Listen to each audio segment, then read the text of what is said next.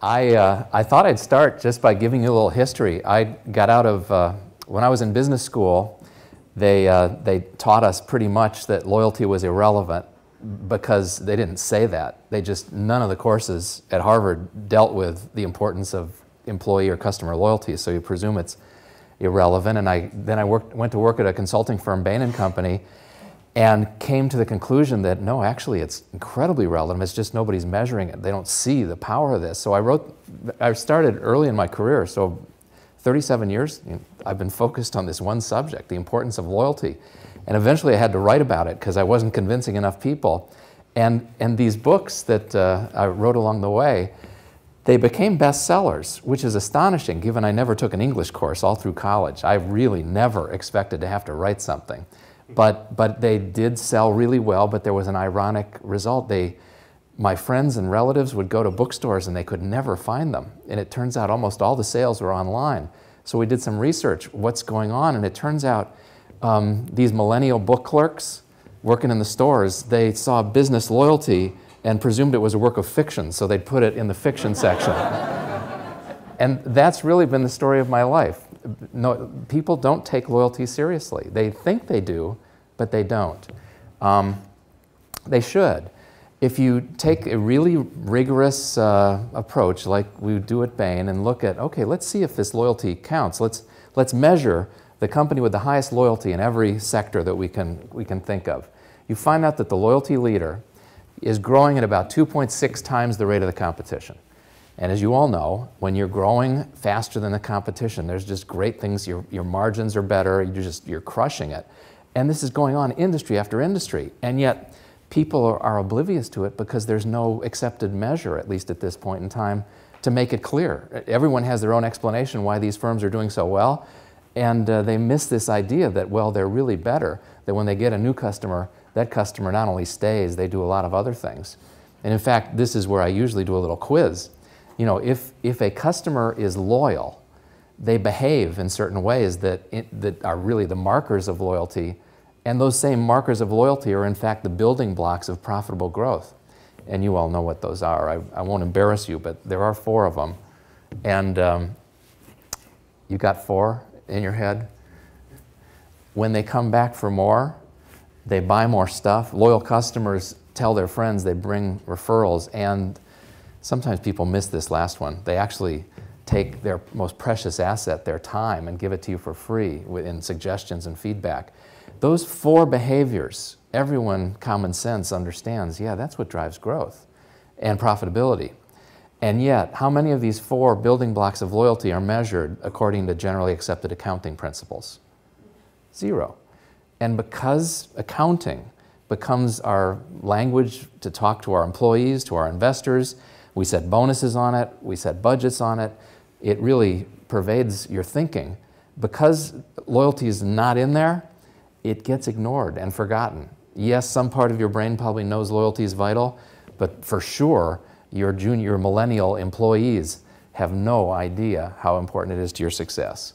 So I went to a bunch of business people I really respected, these loyalty leaders, and I asked them, how do you do it? How do you create this magical advantage in earning customer loyalty? And one of the early conversations I had was Colleen Barrett, who was the president of Southwest Airlines at that point.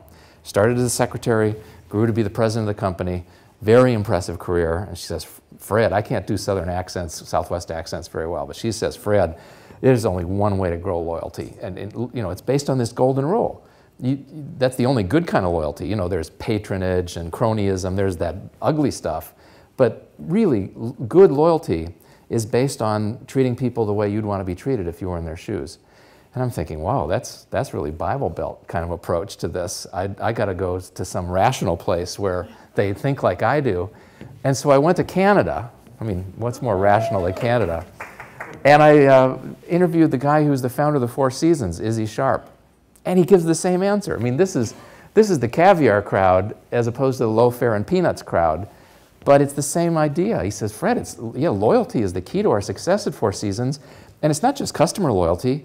It's our real estate partners, it's our employees, and there's only one foundation for loyal relationships. It's this golden rule. And every religion has it so I'm thinking, oh, loyalty is a religious thing. And in some ways it is. But as you'll see, it's also a very rational economic thing.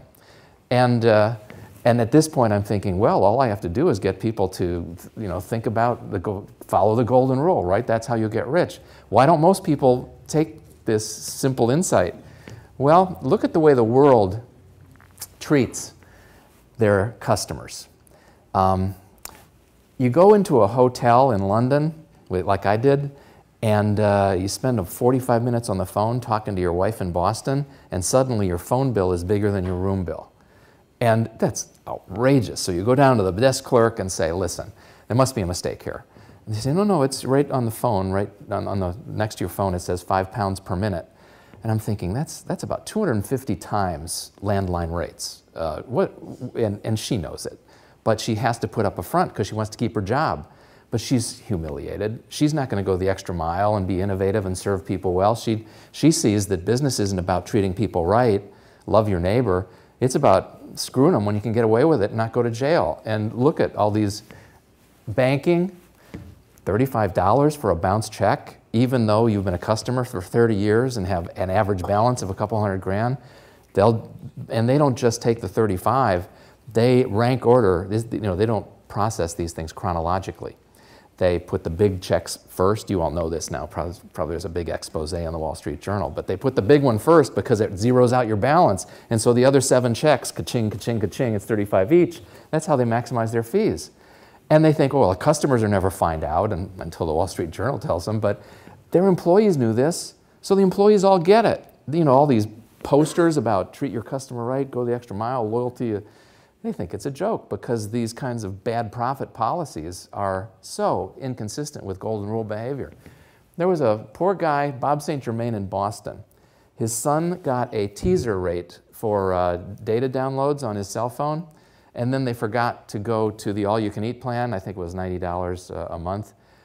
So he ends up at the end of the next month with a bill for $18,000 because it was a per unit price that he hadn't bothered to notice in the fine print. And instead of saying, okay, sorry, just don't do it again, they actually put collectors on the case and tried to get the $18,000. And it got in the newspaper. And the CEO of Verizon is humiliated. But he's put people's bonus based on profits. And bad profits are just as good as good profits. No one can tell, the accountants can't tell the difference. And so how can he change things without changing the entire bonus program for the company? And on, rental cars, you return your car, you know how bad it is, right? I rented a car in Miami. The kids were with me when they were still school age. Terrible traffic on 95 South. I'm gonna miss the plane. They have to get back to school or there's hell to pay. And 45 minutes late, I pull in and the guy this is Hertz. I shouldn't mention names, but it was Hertz. And he says, Mr. Reichheld, I'm sorry, but you're 45, that's a half day charge for being 45 minutes late. And I'm thinking, wait a minute, round it up to the full hour. That's 1/24th of a day. Why is it half a day fee? He says, yeah, but you also didn't refill the gas, so it's gonna be another $180. They charge 500% markups. And I'm livid at that point. And he's so embarrassed, but he says, next time, be sure you buy that protection plan up front. And I'm thinking, protection plan, is this organized crime or car rental? And that's why these millennials think loyalty is a joke. Airlines, even though there's a plane sitting there with empty seats, if you get there to the airport early, you can't get on it without paying a change fee for most of the airlines. How absurd is this? This is not golden rule. And then you think, why is loyalty dead? Well, I started thinking, well, what's going on here? Who do I blame? I don't know. You see how the bottom of the slide's getting cut off? Is there a way of inching it up just a little bit? I have one of those personalities. I'm always looking for who to blame. It's a bad thing. But I want to know who is destroying loyalty and making my life's work a joke. Well, you may recognize your chief financial officer right here on the left. It's true, but it's for a good reason. Accounting has been around for 400 or 500 years. This is a science. People go to jail if you fudge the accounting numbers. They really got this down. And of course you listen to someone who's got a science. And Then there's the marketing department, the customer loyalty. I use dogs for loyalty. You know, if you want loyalty, get a Cocker Spaniel, that kind of. And it's just this very limp-wristed, ineffective. Let's sample a few customers, and even if only 10% of them respond to this survey, we'll make some estimate of what our loyalty is. It's not auditable. In fact, if you pay people a bonus on satisfaction surveys, what happens? Well, they start gaming the system, and instead of going to jail, they get a bonus. It's ridiculous. So I make fun of the survey system, and all of the survey companies turn into my enemy. And then I bumped into, we're still sort of cutting it off. Is there no hope? I'm readjusting your resolution. Okay, my voice may get a little garbled at the same time. Is it locked in place as well? Okay. Imagine that you're the head of the company, and you're talking with your puppy dog, the head of marketing, let's say, or your customer satisfaction manager, and the gorilla stomps into the room. You know what happens, right? The puppy wets the floor and runs away.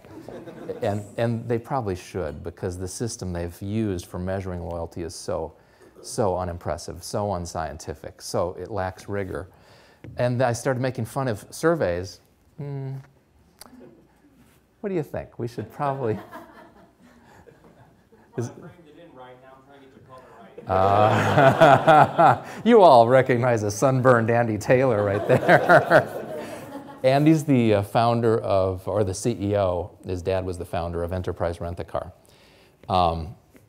And he was one of my early club of CEOs who really did think loyalty was at the center of success. But he said, Fred, stop making fun of these surveys. We use a survey, and it's fundamentally important to a management process. In fact, I think it's the most important process we've developed. It's responsible for us moving from a $2 billion company to $20 billion or whatever they are today.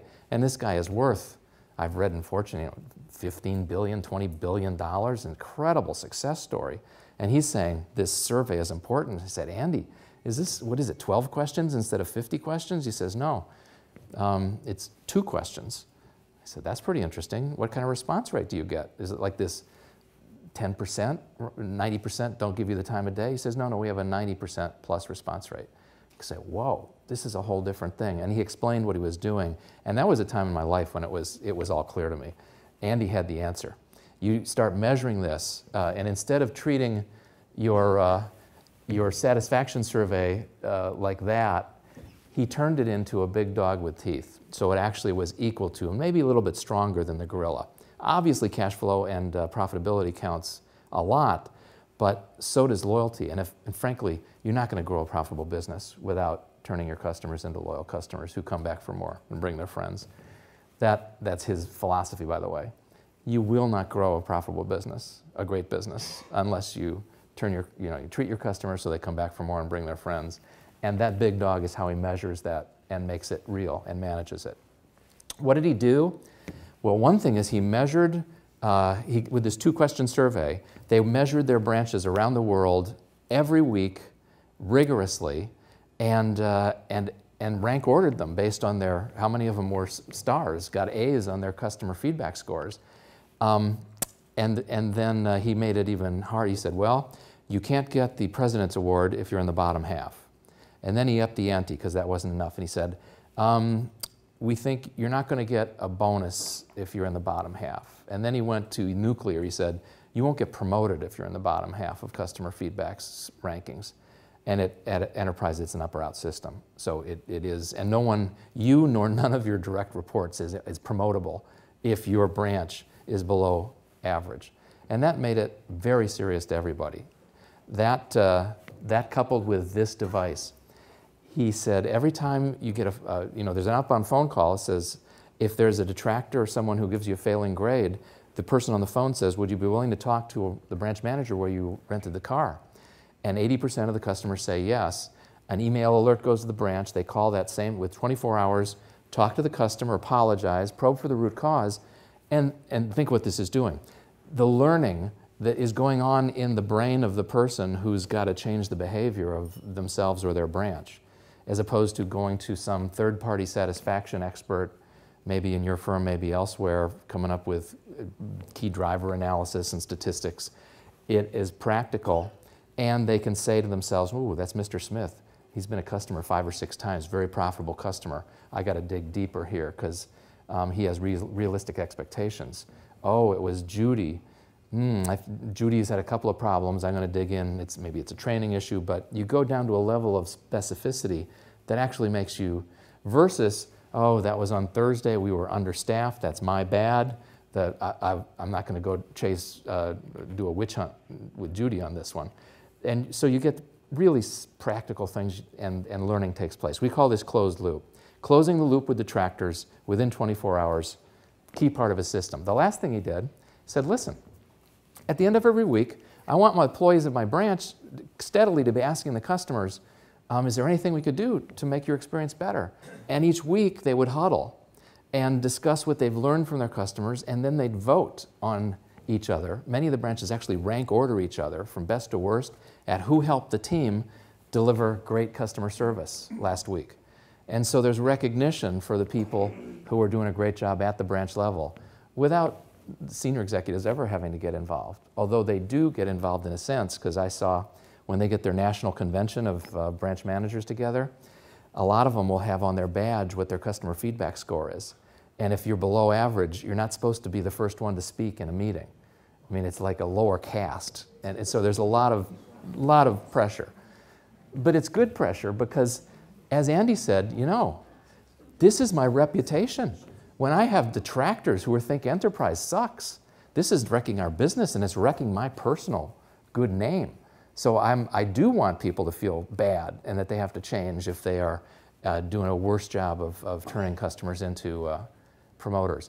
Well, that enterprise experience, I thought it had universal application, and it worked with a number of different approaches and came up with this as the simplest. We just ask, how likely is to recommend us to a friend? We picked that question. I'll tell you a little bit more about it, but it actually is the closest relationship to those behaviors, the building blocks of loyalty, coming back for more, bringing your friends, and so on. We found that when people give you a 9 or a 10 on likelihood to recommend, those are truly the promoters. Those are the assets of your business. They are growing your business. They're making your employees feel proud and energized. They're the ones giving you good ideas. Probably more than 100% of your true firm value is this book of business right there.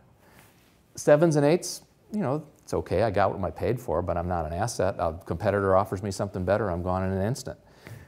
0s through 6s, they hate you. They think you know, the opposite of the golden rule. And they'd like you to fail. And they tell their friends, stay away. They're the worst liability you have, and yet they're not there on your balance sheet. And when you start measuring it and closing the loop with them, you can actually start managing this as if it were a hard asset the way, I mean, think about it.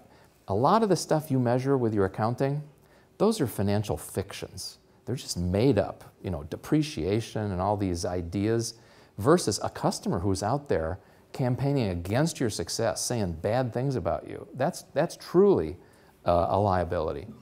So if you think, well, I'm going to measure this carefully, take the percentage of the customers that we touched who were 9s and 10s minus the 0s through 6s, promoters minus detractors, assets minus liabilities, that net promoter score is just a good summary. It's a bottom line. And just like net worth and net profit, it is a way that you can focus your organization on getting better and figuring out which of your branches is the best, which one of your teams is the best, which individual is the best, which product, which customer marketing campaign brought in the most promoters. You start thinking, gosh, I can learn in every process of my business, how can I get more promoters and fewer detractors?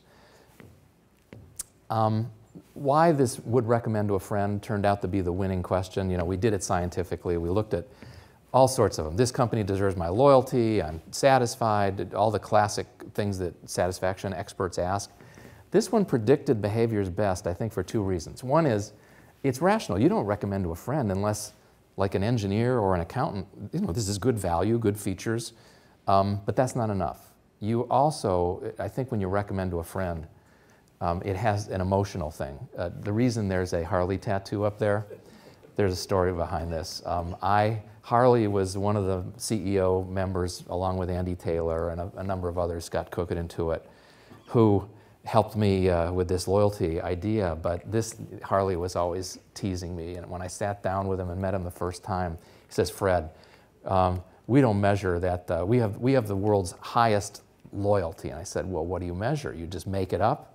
And he says, "No, you think we should measure that retention rates or your net promoter score. Well, we think that's for sissies." I said, "Really? What do you measure?" He says, "We measure the percentage of our customers who have our brand tattooed on some body part." And I thought, oh yeah, it was just a laugh. But you know what? He was right, because when you co-brand your personal reputation, that's what a recommendation is. And when someone tells a friend to go there, that's their own reputation that they are putting at risk. And it's an emotional event. That you do that with companies where you feel like, I know these people, I trust them, they've got the right values. If they screw up, they'll fix it the right way. And when you get both of those right, that's why I think would recommend is such a high standard. When I launched this idea, it was truly an idea. I mean, Andy Taylor was doing something very similar, but I tried to make it universal. I had two companies in the world were actually using it right away. One was Intuit, because I had visited Scott Cook, the founder, who'd worked at Bain with me for a number of years, and he had been looking for a way to take loyalty and make it serious at Intuit, because he really cares about delighting customers, growing a business the right way. He's turned into a multi-billionaire. There's so many guys in this story, and I'm the only one here who is not a billionaire. But he took this and ran with it, and then his CEO was a GE alum. And so through back channels, GE heard about it and started using Net Promoter in a bunch of their businesses. But those were the only two companies in the world using Net Promoter. And I'm trying to write a book about it, which is hard. That was a little bit fiction. It was the way the world should be. But within a few years, that changed. And it wasn't so much I was a good marketer as it just works. People would try this. There are actually a lot of people in the satisfaction industry who hate Net Promoter. They think it's evil, but it basically destroys their business because it's an open source community. Trade ideas, see what works. And this created a problem because it was hard keeping up with it. And I'd written this book that was sort of a book of theory. And I suddenly had thousands of case studies of successes and failures out there. And so we had to rewrite it very quickly. And so this second book is a book of practice. It's trying to keep up with what all these companies have been doing. But even that is out of date, and I'm a little frustrated. JP and I were talking a little bit, when you're going to write the next book. Well, there's way more stuff to write about, because what we knew when that book was written, the knowledge in the field and the number of people using Net Promoter has just exploded tenfold. In fact, from the time I wrote the Harvard Business Review article that announced Net Promoter to the first and then the rewritten book, we're now at a point where I think over half the world's top 2,000 companies measure Net Promoter. It's the most common way of measuring loyalty, satisfaction. Challenge is only about 5%. Oh, and by the way, I think it's very likely that it's going to be the ubiquitous, it is the way, it's probably going to be the standard for measuring customer feedback. There are auditing standards being developed by a number of the big accounting firms. So I actually think there's a fair chance everyone's going to know about this. But what they don't understand is it's way more than a score. A score just creates the basis for building a management system around it. And the number of companies that actually understand it as a system, it's a small percentage. And that's my biggest challenge now, is to make people understand the difference. What is it? How do you take this from a score to actually driving your business? Well, there's a bunch of companies who have done that effectively, and one way I have tried to do that is just share their stories. One is Tony Hsieh, the CEO of Zappos. He says, geez, we use Net Promoter to measure how many customers and employees we are wowing every day. It's the center of what we measure, how we reward. And there's you'll see a web where you can look at videos. Tony's one of the strongest advocates of Net Promoter. And I put him in here. There are thousands of people I could draw on, but he's an entrepreneur who built a really successful business.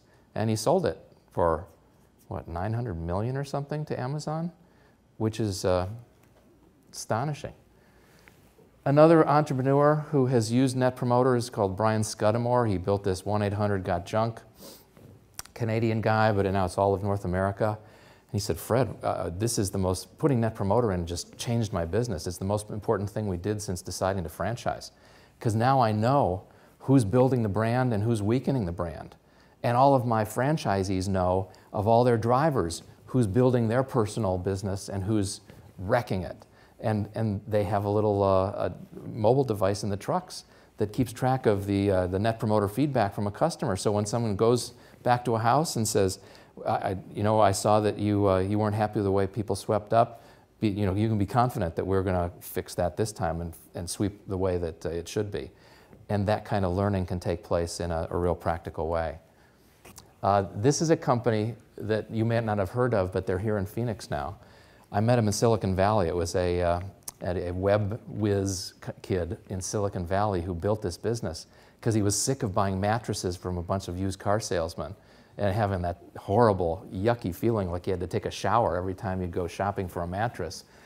Well, he sells these online, and the business is just exploding. Venture capitalists are dying to invest in it, but he doesn't need their money because when you have your customers out there as your sales force, the cash flow is pretty astonishing. So I just visited him this morning.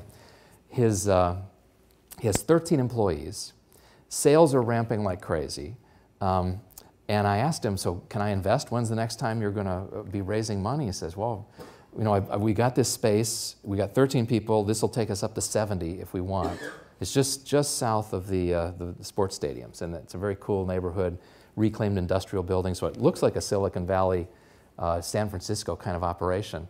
And he said, we can go up to 70 people here, but we won't need any cash from the outside. We can generate plenty of cash from selling these ourselves. And I said, what's your Net Promoter Score? And he said, it's funny you should ask.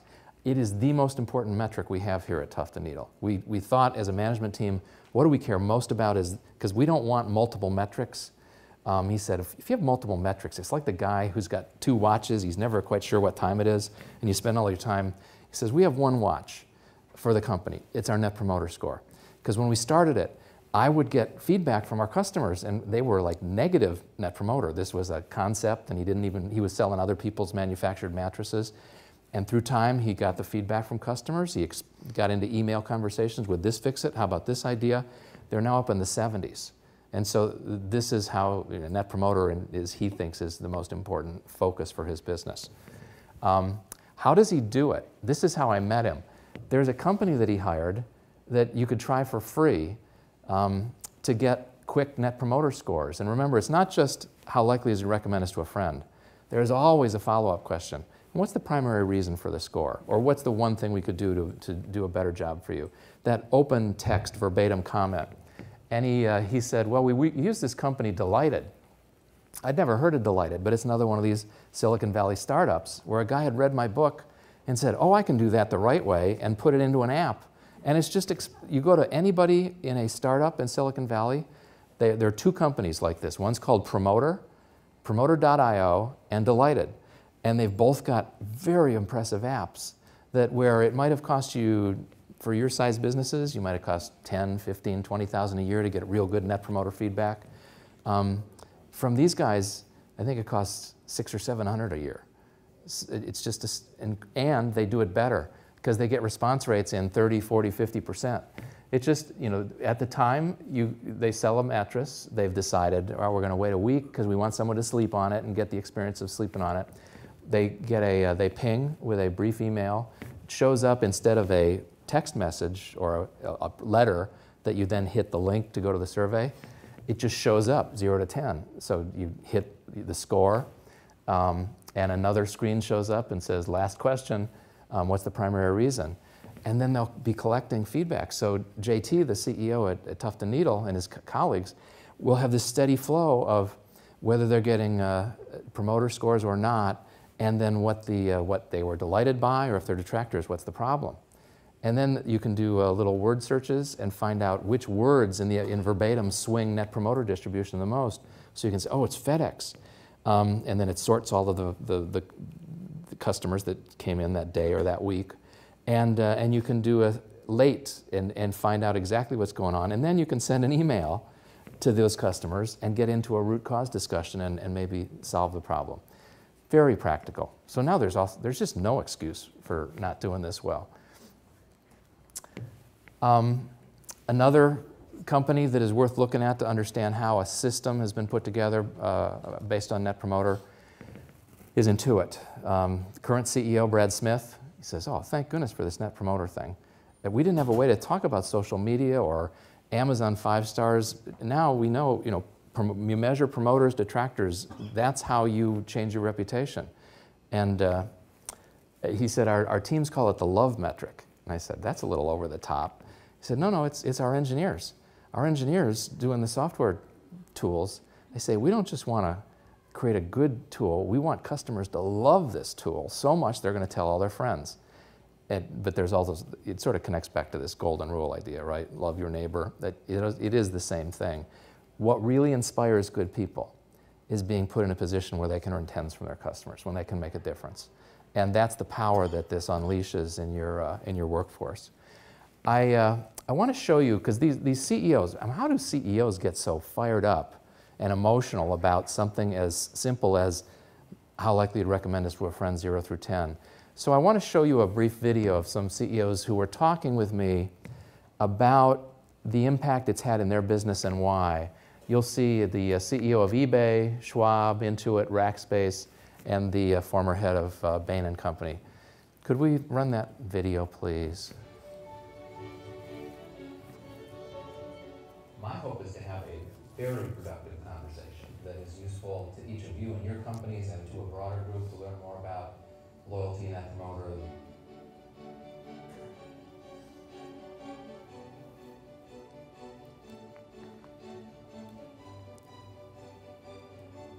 There are waves and waves and waves of people that can be influenced by an honest discussion about progress as well as how far there is to go. And I think you'll be doing a great service.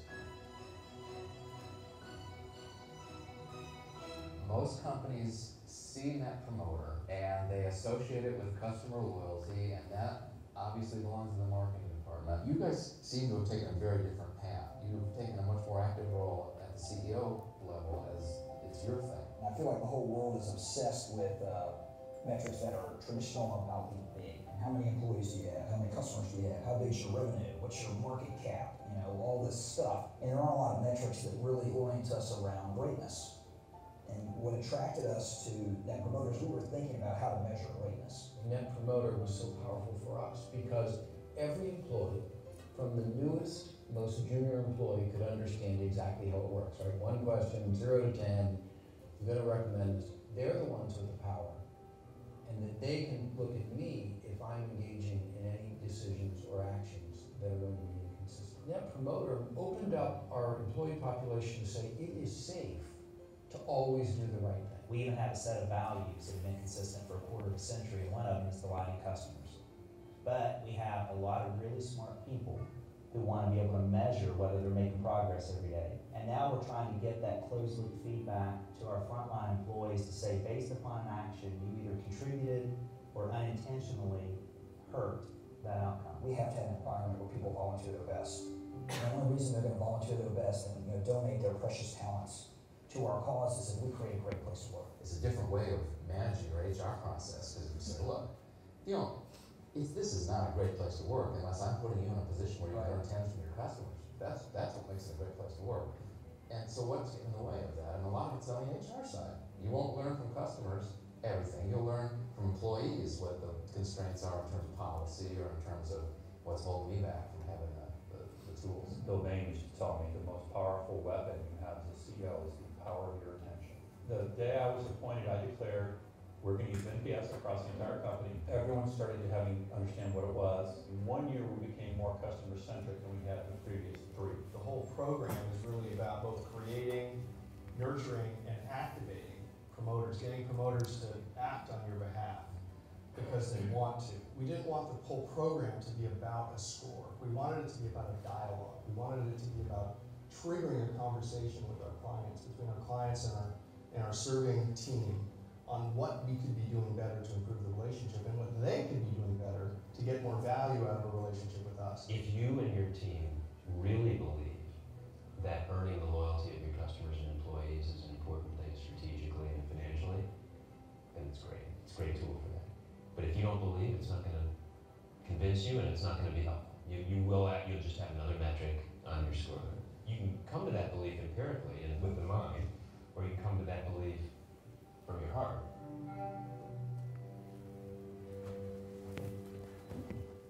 So you can see this is more than something the marketing department measures for these guys. It gets to the center of whether, Lanham, the former CEO of Rackspace, who must have $400 million in the bank now, he said, this is our GPS for greatness. And by giving this to our teams, we're letting them know how close to greatness they came each day, how many 9s and 10s, especially 10s. And it also, with this follow-up of what's the reason, what do we need to do better, it gives them the GPS of how they can move closer to greatness in a very practical way at the individual and the team level. One company that has done the best job of taking Net Promoter and building a great system around it is Apple Retail. If you go into Apple stores, it just feels different. And I think their focus on Net Promoter has made practical the dream of the founder of Apple Retail, because he wanted to enrich lives. Enrich the lives of customers and employees is what's on the little card that all the employees have.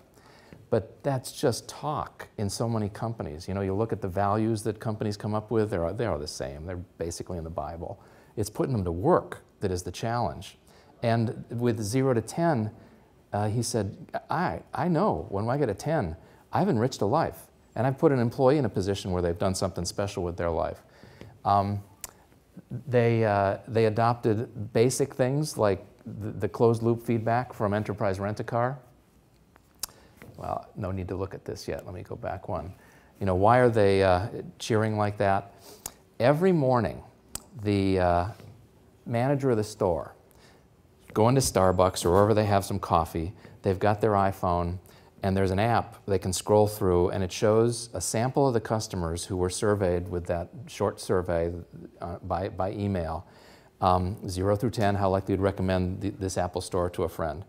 And they look at some 10s, they say, oh good, Jared at the Genius Bar, I've got to mention that 10, that's super. Oh, but there's a detractor, there's a 3. Push it twice and it dials the number, and they talk to the customer and apologize, probe for the root cause, try to fix the problem, but also then they have their daily huddles, they call them daily downloads. They say, I talked to 3 detractors, here's the problems, let's problem solve as a group and figure out how we can make this happen less frequently. And oh, Jared at the Genius Bar, tell everyone the story, Mrs. Smith gave you a 10 by name. And so Jared explains what he did that deserved a 10, and then they have a tradition of everyone gives a standing ovation, because that's what a 10 means. I spoke with the lady in the Boston store, which is the highest rated store at the time, and this lady had the most 10s from her customers. She was one of the specialists, the trainers. And I said, how has Net Promoter changed your life? And she says, well, I knew I was doing a good job before because I saw the look on my customers' faces. But I was working off in the corner of the store, teaching people how to use a Mac, and they were naming their pets after me. I felt good. But I saw that there was a lot of pressure to cut budgets and have fewer of me trainers. Now, with 10s, Net Promoter, everyone knows that people in my job, and me particularly, we're just making a difference. We're creating promoters, and Apple knows what it is worth to create a promoter. They know the math. And so she said they're obviously looking in Cupertino, and it's made a big difference. And then I asked her, what's it feel like personally when you get a 10 from a customer? She thought about it, she says, feels like I'm living the right life. And that is essentially what it means when you get a 10. You earn a standing ovation. It just means you are making a difference. Your life has meaning. And it's pretty interesting that a young millennial like that would get it. Well, Apple does so many things with Net Promoter. I can't touch them, but it has to do with the leadership. They invested in a measurement system that's rigorous and audit-worthy. They have built their people systems in a way. They have Net Promoter for people. I'll talk about eNPS. So they ask their employees how likely you'd recommend your Apple store as a place to work, close the loop, work it from that side.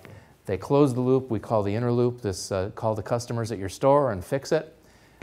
There are bigger problems that are cross-functional, so when the teams are coming up with issues like, gosh, our customer pickup where you order online but you pick it up in the store, it's not making our customers very happy, that's a systems issue. There's a way to elevate that so the right people at corporate can get involved and fix it, and then test solutions. It also puts them in a position, because they measure this so carefully, they can do A/B testing or test and learn. For example, their Net Promoter Scores went down by 7 points after one Christmas holiday season.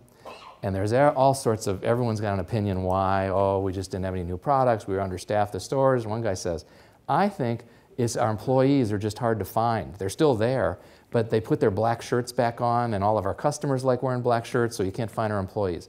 And so they said, well, let's test it. We'll put bright colored shirts on all of our employees in 4 stores, and let's watch what happens to the Net Promoter Score in those 4 stores versus the rest of our system, which is the control group. And sure enough, they popped almost 7 points, and within a week, all of the world was wearing bright colored shirts again. And you multiply that by the hundreds of experiments they run. You know, should we have this expensive activation table for people who are buying our iPads or new iPhones? It's expensive. It's 15 minutes of an employee's time to sort of give a test drive to our customers. And the CFO, instead of saying, well, get rid of that because I want more people on the cash register line pushing revenues through that, he says, well, what we did was look at this analysis of if people went to the activation table, how many of them were promoters versus people who didn't. And he said, actually, it's one of the cheapest ways of creating promoters that we have. So we put more people in the activation table. That thinking is what Apple has and their competitors don't. Lego goes down the same path. Can you think, they were supposed to go out of business. The private company, I'm not sure you've followed Lego, but they are just minting money. They're growing at 20, 25% a year, some astonishing rate, and they're making plastic bricks that are off patent. Everyone, all the professional investors are saying, oh, this company's dead. Anybody can make plastic bricks, but no, it's the creativity, it's the energy, it's the way they make you feel in the store. My little nephews stand in line on Saturdays to get into the Lego store. They'll wait an hour or two. And you think, what is going on? This is crazy, but all of their employees are thinking the same way Apple employees do. How could we create a delightful experience and really get tens? And lots of little changes about how you treat people. So it doesn't have to be a unique product, because a lot of people will say, oh, Apple, they just got great products. Well, they do, and it comes and goes. Lego's got pretty boring products, but they're getting the same result. Zipcar. Zipcar uses Net Promoter very effectively. They search for, they call them frugal wows. What can we do? And they run experiments and these A/B tests. Someone says, you know, I think it's a great idea. Why don't we upgrade somebody on their anniversary of joining Zipcar as a customer? Show that we care. And we'll upgrade them to a BMW for free. And they say, well, that's expensive. Well, let's just do it in one of our markets and see how many promoters we create and what it costs and what it's worth. And, you know, everyone is getting a BMW upgrade. Not everybody. You have to return cars on time and clean. So if you're a good member of the community, they reward you. JetBlue does this same thing. They and Southwest are the only 2 companies I know of that actually measure per flight a Net Promoter Score. So they can learn what's working and what's not, which crews are working, which airports are good and bad, so their learning is focused on this. I was the entertainment at one of their board meetings a year or 2 ago, and they're a low-budget airline, you can see. But I sat down next to the guy who was the chief pilot from Boston, where I live. I said, give me a story I could use in my next article. And he says, oh, I got a good one. We were looking at the flights that were 4 hours or more delayed that had Net Promoter Scores as good as the average flight that was on time, and figuring out what was going on there. And they discovered that the people who had late flights but happy customers, the pilot, instead of going back in the pilot's lounge, had stayed out with the passengers and shared their BlackBerry and let them know all the facts. And they were just part of it together. And so they discover that, but then with pilots, you don't tell them, here, you have to do this. But they shared the facts, and they they have people that want to treat people right. They want to live up to the golden rule. And when they see the facts, good people will pick that up and do it. American Express has gone through a scientific process. They actually look at all the touch points. There are 2,000 touch points in a credit card relationship. But they find the few that are really emotionally packed, and one of the most recent stories is somebody in their New York phone center said, listen, why don't we welcome customers a little bit more friendly? We want to be friendly. And getting a new credit card, that's a big deal. So instead of just sending it in the mail and say, call this 800 number or go to the web to activate it, why don't we call them right away and say, you've been approved, congratulations, welcome to the family. You actually approved for more of a line than you requested. And if you've got a couple of minutes, tell me how you're going to use the card and I'll make sure you've got the right one of our products and you'll get full value for, oh, you're going to Paris. Thank goodness you mentioned that because our fraud alert would have stopped you on your second charge. Now I'll make sure that you're going to have a good experience in Paris. Now, of course, this costs money. It's 15 minutes on the phone. Is it worth it? Well, they look at the Net Promoter Score of the people who get that kind of a welcome versus those that don't. And sure enough, a lot more promoters. Well, can I trust that promoters are going to turn into, well, let's watch. Let's look at share of wallet, retention rates, usage rates, and that proved itself out. So now that is what they do for a lot of their good customers. That investment to delight is what stops a business from becoming a commodity. Because a lot of the card companies were saying, hey, it's a commodity, just get your costs down, outsource your phone center to Philippines or wherever. That's when you think like an accountant. And when you think like an accountant, which is easy because that's the only reliable system most of you have, or even if you're good at it, you're intuitive business people, you get this. But you hire people that don't get it. They do what they're measured to do, and the measures that count are accounting numbers, so they do stuff like outsource to the Philippines, which leads you down that path of commodity, low growth, low margin business. Airbnb saw me talk at a conference and instantly put Net Promoter to work. One of the founders said, this is so close, we need this, because we need to know which of our hosts are building our business and which of our customers are happy and which aren't. So they've built their whole wow system. They use drawings of each emotional touch point. They keep Net Promoter Score and then do A/B testing, which is easy when you get a web-based business. But it's not just web. This, you know who this is, right? Eat More Chicken. I have such mixed emotions of holding Chick-fil-A up as a paragon of golden rule behavior, because 2 of my kids are gay, and they say, if you say one more good thing about Chick-fil-A, I'm not going to eat dinner with you anymore. So they're not perfect, but they're really good. And for instance, how good are they? When you look at the Net Promoter Score of fast food restaurants versus the sales per unit, which is what drives profitability, Chick-fil-A is up there at the top, off the charts. And you can see that, gosh, there's a lot of things that drive success in a fast food, like McDonald's has breakfasts and a lot of things that others don't, so they'll get more throughput. But Chick-fil-A is just crushing it, and it's very consistent with they have the highest Net Promoter Score. Net Promoter Score actually explains something like 70 or 80% of the difference in unit profitability here. And none of these guys know it, right? Because they don't measure it carefully. They might have receipt surveys that are cheap but totally unreliable. And then I've gotten to know the guys at Chick-fil-A very well. And I said, what is this? And they say, well, we call it second mile service. It's this biblical principle. I said, really? Second mile is, yeah, this story is, Jesus is supposed to have told the Israelites, that there was a tax. The Romans would say, you got to carry our packs for a mile. That's the rule if we ask you. And then Jesus says, well, take it the second mile. Do more than you're asked. And it changes the relationship, everything. And that's the basis of the phrase second mile service, and Chick-fil-A has put it to work. So they do things that really surprise people. They have managers work in the front of the store because that's the most important thing. Don't go back in the production room and use your expertise there. Get out and work with customers and help mothers with small children, the umbrellas for a rainy day. This is stuff you wouldn't expect. But the store operators have the perfect entrepreneurial compensation system. And by the way, did I tell you? The average store manager at a McDonald's makes a 50, 60 grand if they're lucky, maybe 70. And The average store operator at Chick-fil-A, any guesses? Average comp is 250 grand. I know averages are misleading, right? The actuary who runs State Farm says, man, that lady drowned in a river that was 3 feet on average. Averages are very misleading. The top, you don't join to be average, do you? You join Chick-fil-A because you want to be one of the best. You know what the best store managers make? Over $1 million. They have a handful over $1 million. Now these guys put no equity in the business, zero.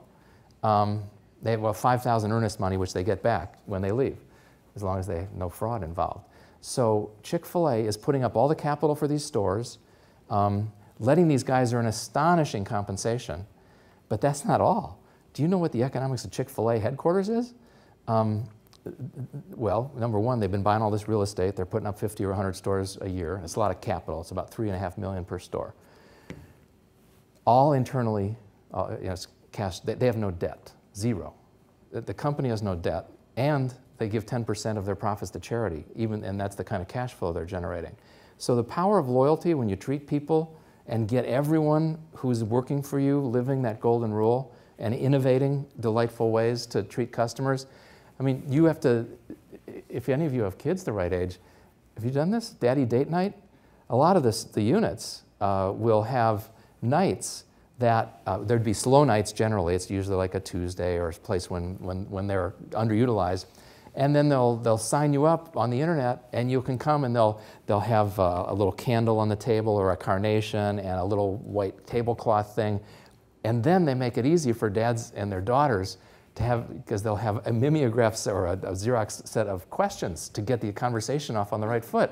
Like, so who'd you sit next to in the cafeteria this week? Which is a really good conversation starter, but not every dad is smart enough to get that on. So these are things that you wouldn't expect in a fast food restaurant, but it's not, and it's not just one. I've heard these managers, they say, listen, we're working the front. Look for people who are sort of sad and lonely, because you know that really is a downer for your restaurant to have like an elderly person who lost their spouse. Go sit with them and see if you can understand their situation and make them better. And when the people, the customers see that, they just, you know, it's a really special thing. That's the kind of place I want to be. It changes, you know, how you treat people, whether you're selling fast food or fancy computers or renting cars. It really works, and the economics are surprising. You know, how could Andy Taylor take a commodity business like car rental, be a tiny little niche player in St. Louis, Missouri? The Hertzes and the Avises, they dominate the world. And at business school, they taught me never try to gain market share in a low-growth commodity business, which is car rental. And yet, he's grown to be the largest in the world, the largest private fleet of cars on earth, as a private company. He never had to get the funny money from Walmart to finance that. Because when you get promoters, be in your sales, your marketing, your PR, it changes things. Now, this seems so intuitive. Why is this so hard? This is the founder of Rackspace, billionaire. I'm on the board at Rackspace because they care so much about Net Promoter. Fanatical service is why they exist. And he said, Fred, you've been on the board for 4 or 5 years now.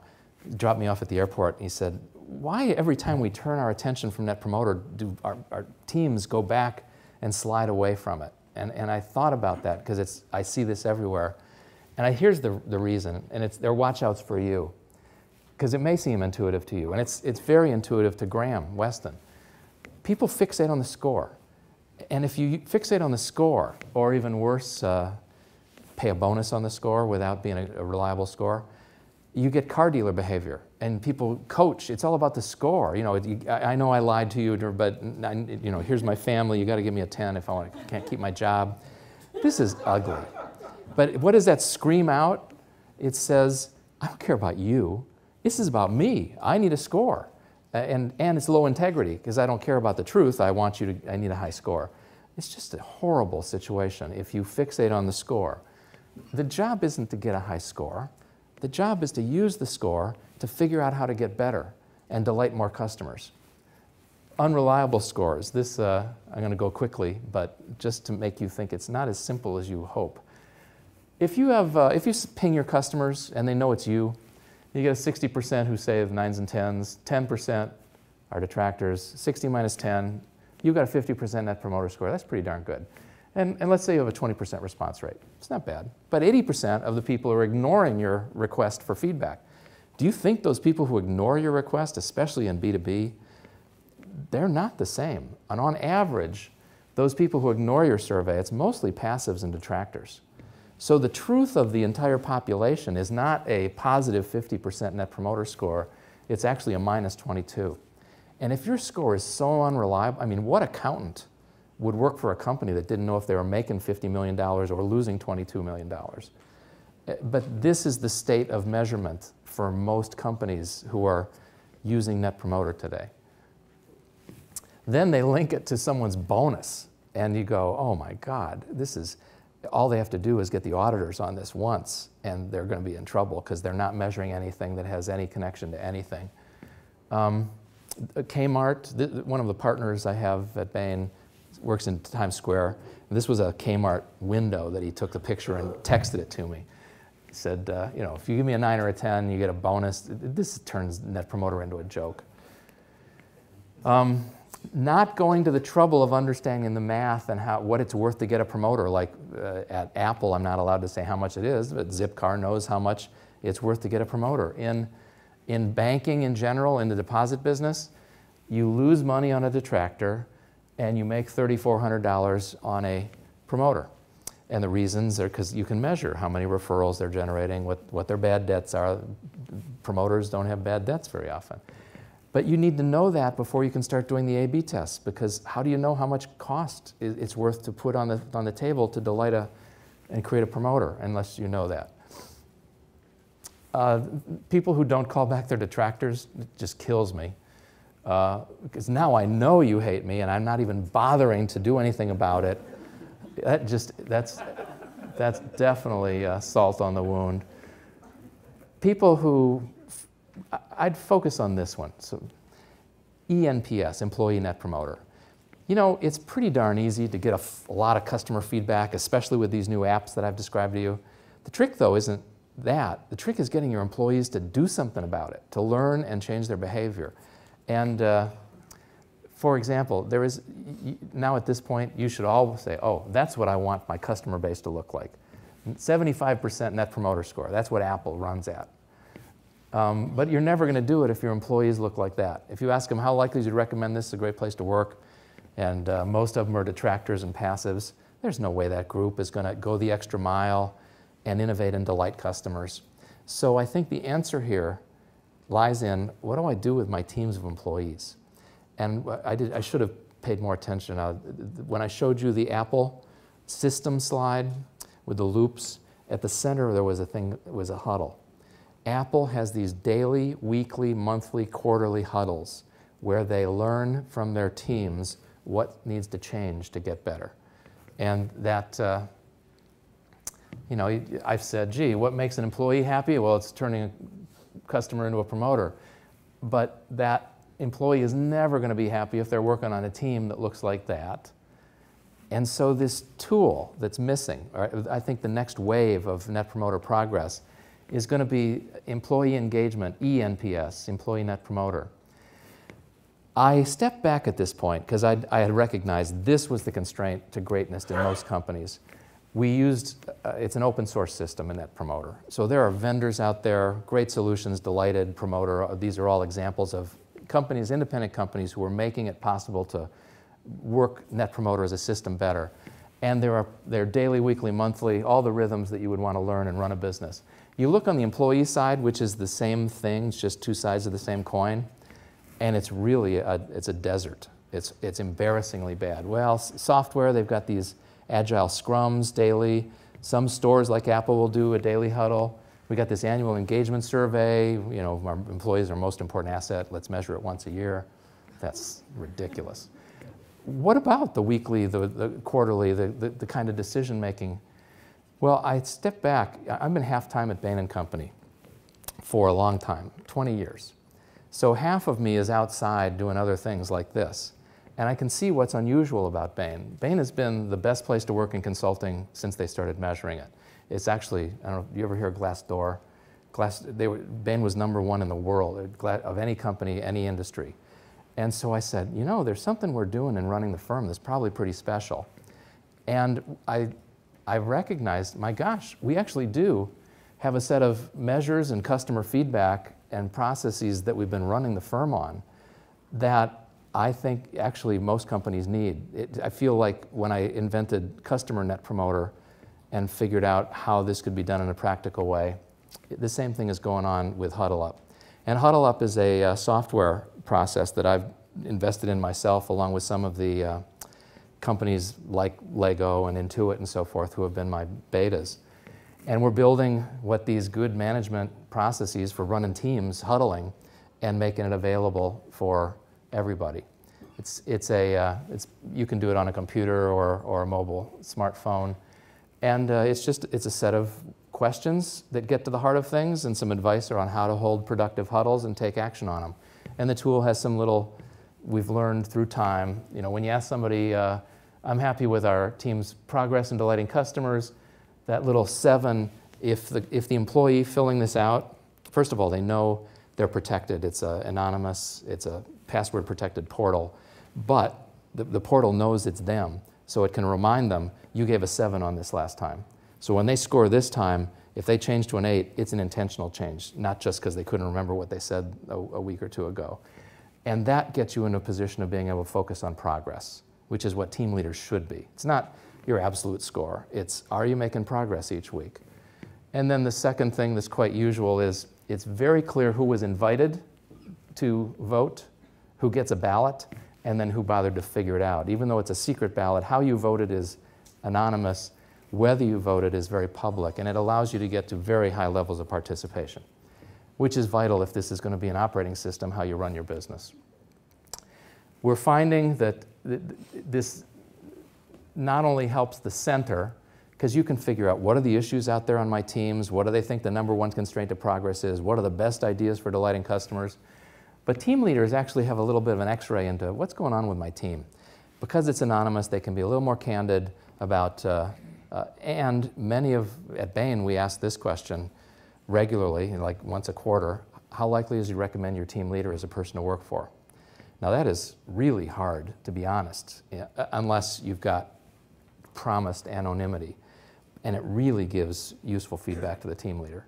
If they want to be a better person, they'll learn from that. And if they're not going to be a good person and their team doesn't think they're the kind of person that they'd want, a friend, you really have to move them out, or you're not living up to the standards that great companies do. And then these millennials, they like giving feedback. So it does energize teams and gets them into a leadership development. The lady at Zipcar, who is running their West Coast region, she has a different member of her team run the huddle each week, because that gets them in a position where they sit down with her in advance and say, what questions should we have this week? How do we make sure this is a productive conversation? And it's a very practical leadership development for each of her team members through Huddle Up. The way I did it is these betas, which I've listed here, plus Lego. My goal is to sign up a handful of additionals before we get to commercial release, probably February or so of this year. Now, in talking with the JP, I mentioned I would like to have Huddle Up available to small businesses and entrepreneurs as well. And it's not ready yet. But one question for this group is how much interest there would be in having access to a beta, which will probably run for small business entrepreneurs first quarter of this coming year. And so here's if you would have interest in that, please go to contact@huddleuphub.com and just leave a message that says, I'm interested. And there's 2 betas they're going to run. One is going to focus on making teams more responsive to customer feedback, delighting customers. The other is going to focus on the related but different of, I want to focus on leadership development, motivated teams, engaged teams. And just note which one you've got a preference for. And we can get you involved in that if you'd like, and at least keep you informed of what that beta is going to be. JP, are you going to have this data available? Yes. Okay. And just as in wrap up, what are you really doing here? I'll go back to the big picture. If you want to live by the golden rule, back to Colleen Barrett, treat others the way you want to be treated. If you want to take it seriously, this framework is letting you know, am I succeeding or failing at that idea? Are the lives I'm touching enriched or diminished? And then if you use this standard, increasingly universal 0 through 10 system, you can feel, how good are you versus the best? How are my different employees? And then if you actually go to keep track of people's behaviors when they are 9s and 10s versus 0s through 6s, you can make it an economic system.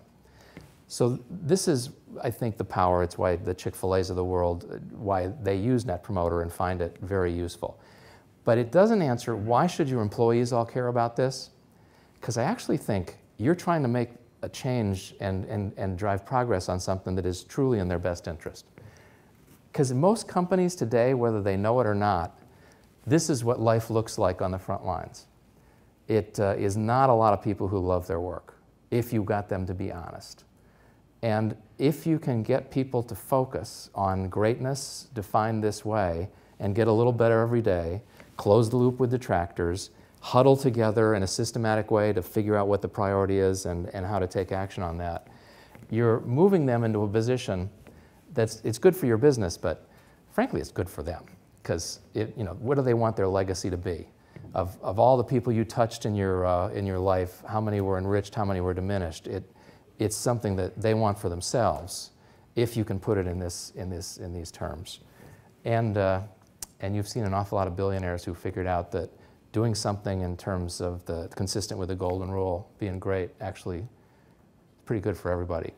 There are a lot of free resources available at netpromotersystem.com. There are creative things you can do. Get your guys read the book. Have a book club. Talk about a chapter every month. They're basic ideas that you could get your people deeper into this. The website, netpromotersystem.com, has videos like the one that I showed you with the CEOs. There must be a dozen of those with CEO of Zappos, Lanham at Rackspace, and others. And with that, I was going to close. But also, I think dinner's not till 6:30, so there's plenty of time for questions, answers, comments. I got a mic if anybody has a question, I can pull it out.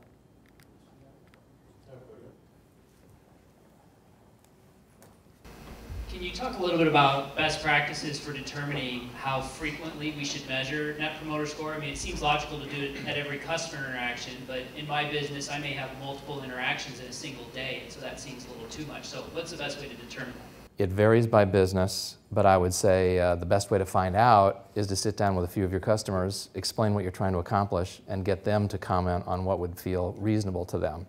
And it might be different by segment of customer or how big their relationship was with you. Most of these companies do not do it more than once every 6 months. But you could see business to business where quarterly makes more sense. Employee feedback, I actually think, is appropriate. Daily huddles, weekly huddles, quarterly huddles. That's where the faster rhythm. And that's why don't just look at the absolute score. It's not going to change in a week. Look at the progress. How many of my team went up at least 1 point? We have a statistic that the Huddle Up creates. It's called the Progress Plus. It takes of everyone who answered that question previously, how many of them this time are at least 1 point up, plus everyone who's already a 9 or a 10. And that Progress Plus becomes the real focal point. But I think frequency is, getting that right is part of getting the process right. It's an excellent question. Yes? Hi, my name is Daryl. You mentioned the Chick-fil-A thing, and it's just kind of curious that they're so about the Net Promoter Score. Do you ever ask why they're so outspoken about such controversial issues to, create so many detractors? I've talked, you'll get a different answer on the age group of the guys working there. The founder who just passed away, he just was, when you're really old, you have a hard time changing. There's just too many layers of I think the next generation, they're starting to get it. and then the next generation, they've got it, and they're sort of embarrassed that the older guys aren't moving faster. That if you looked across this, the guy who's the chief operating officer really runs the company now, said, hey, I'm Greek Orthodox, I'm not Southern Baptist. But I think, you know, it's a big system, and you don't change people's point of view overnight. But I see it change. I've seen it change very substantially over the last 5 to 7 years. But I don't think it'll be a zero issue for them for a while, because they're gonna have to really have a deep rethink and founding family. Yes. I've got a business that has a very few. Oh, sorry, the mic. Sorry. Yeah, I apologize. It's one of those. I got to tell you this story. I had a guy sitting next to me in business school whose name was Fred, and it wasn't that common a name. And the professor had sort of crossed eyes, so you didn't know if he was looking there or there. The guy with the mic. You talked a lot about the success stories of a lot of B2C companies, and I was wondering how you can, obviously the system's the same, but talking about engagement for B2B or even B2G companies that you might have a restrictive outlet on how people are willing to participate or even able to participate. Yeah, government's a tougher one, and I have less experience with government businesses. To the extent it's legal, you want to find out how your customers feel about you, even in government. In business to business, it is so much. I mean, the way this started was B2B. Bain is a classic B2B. And we ping our clients twice a year, although the partner decides for their client what's best. And you try to go, with a large Bain relationship, you'll get 20, 30, 40 people at the client who will be asked for feedback.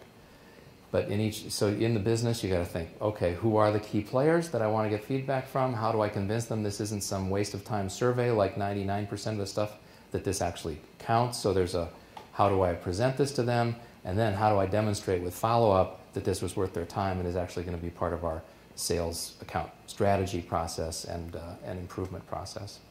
So but it feels right in business to business. And don't send a 10-question or a 20-question survey. Do the 2. And then I'll tell you, one of the guys that I work with in B2B says, well, first of all, when no one responds and I've actually explained how important it is, I know I've got a detractor. There's something wrong with our relationship when they don't bother the 2-question survey. The other is, it's the beginning of a conversation, but it's like, I used to take my clients out to golf, and everything's great until the 18th green. Now the problem finally comes out because he's comfortable enough to say what he really thinks, or maybe it's when you're having drinks afterwards. He said, with Net Promoter, I know on the practice tee, on the practice green, whether I got a 10 here or a 3, and I can use that whole time productively. And it's true for your sales force as well. Now. I have the mic. So I have a business that has a relatively small amount of clients, long-term engagements. Typically the relationship is centered on a key executive, within a business. At what point do you question the statistical reliability of the data? Or in other words, how big a set do you need to get before you can really qualitatively assess things? Yeah, I would not look at it as a statistic. I would look at it as a tool to have a better dialogue with those key accounts. And just don't even think about the score, of the average score. Because how do you measure the score that key account executive gives you versus the 2 or 3 influencers in the relationship? It's just, now I know where they stand. I have a clearer view of the relationship and where I need to make improvements. Follow-up question? Yeah. So how then do I build the bridge to the employee side of it to translate that feedback? Does it have to end up being essentially subjective, qualitative kind of feedback? Well, sitting down, showing them what 0 through 10, what are they saying, and then the verbatim comment, and then sharing what you've learned or your colleagues are learning in your discussions. That's number 1. But I also think, you come to as a group, you say, well, here are the things I think we can do to get better. And then use the huddle up kind of tool to say, 0 to 10, I'm happy with progress on whatever that is. And you'll be able to get a sense of, in the customer's eyes, they're dealing with your accounts. are they making progress on that? And what's the number one change that we should be implementing? Or what's the one innovation we ought to be trying with some of our accounts? So I think the more frequent things go on with the employee huddles, even though you don't get a score, you know, you get repeat purchase rates, you get the way they return phone calls. Your employees get a sense of whether a relationship is going south or going north.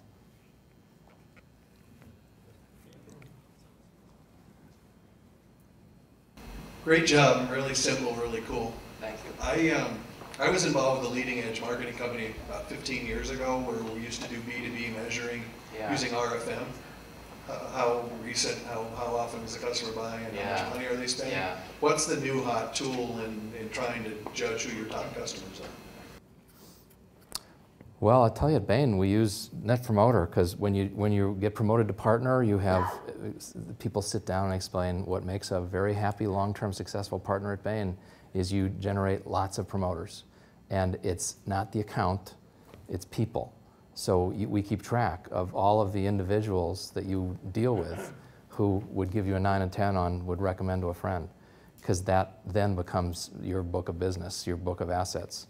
So if we're trying to decide where to spend marketing money on customers most likely to buy, you're actually looking at Net Promoter Score. I think it's as a quick test of where do I have assets and where do I have things I got to fix. Yeah.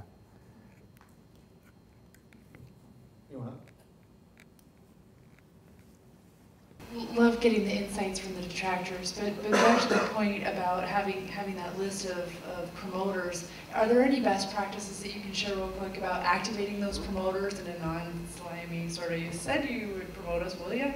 Yeah, well at Bain we actually ask, you know, when we know we have a 10, we use them judiciously to, and usually when somebody gives you a 10, they're telling you, I feel like I want to help you succeed, and they want to help, so it's just making sure you use it in ways they feel is appropriate and helpful.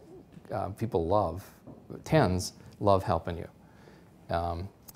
The incentives are the problem. There are a lot of activation programs. The guys at Tuft & Needle, that mattress company I told you about that's just taken off, early on they had a referral program where you'd pay a customer $50 for a referral, but you'd also give the referred customer, the new customer, $50 as well. So. And they thought it was great because it was making their business grow like crazy. And then one employee said, isn't this against our core value of giving we're in this sleazy mattress business, we want everyone to have a fair price, everybody gets the same price. Isn't this sort of against our values? And the founder said, you know, I think you're right. And so they have scrapped that program and they've actually seen their Net Promoter Scores go up because it was making everybody feel dirty and it was attracting a class of customer that wasn't truly a promoter. They're doing it for the money. So I'd be really careful of activation. The best activation is getting stories that are fun to tell, that are reflective of what makes you great, into the hands of your promoters, because they're going to want to tell everybody that, you know, they've already co-branded their personal reputation, and they'd like to reinforce why that's a smart decision. Any other questions? Well, I can tell you from my personal experience, you know, we adapted this advantage at our company after I read all 3 books. We got 70%. We started with our employees. We've only actually implemented this with our employees because you mentioned that's the first place to start. Yeah. We have an 18 to 22 kind of size company as far as employees go, so I think it's a little easier to implement a system like this when you have a set that's smaller. And I think that's one of the things I learned when I read the books is the fact that everybody, you know, that you talk about in these books and the stories we've heard about today were these huge corporations, and how hard it is to get everybody to accept the new system or the new score system. So, you know, the first time we went about it, we got a 70%. Now we're at a 90% advantage, which, you know, I'm very proud of. Yeah. I'm only sharing this with you guys so you understand that this stuff really works. If you apply it and you listen to what people are saying as in that response, and you actually are on purpose about making those changes, So it's now we're finalists for best places to work. Yeah, that's awesome. Cool. You know what, Tuft and Needle has a weekly rally, and they ask every employee, what pain are you feeling this week? What pain are your customers feeling this week? And that's the basis of, for them being a great place to work. Well, I know that you've delighted me today. I'm sure you delighted our, this is our reminder that you visited us, a little gift. Hopefully it's a reminder of the impact you've had on my business, the impact that I'm sure you'll have on the rest of the people here at EO Arizona. Thank you so much. Thanks, JP. Give a round of applause. Thank you. Thanks.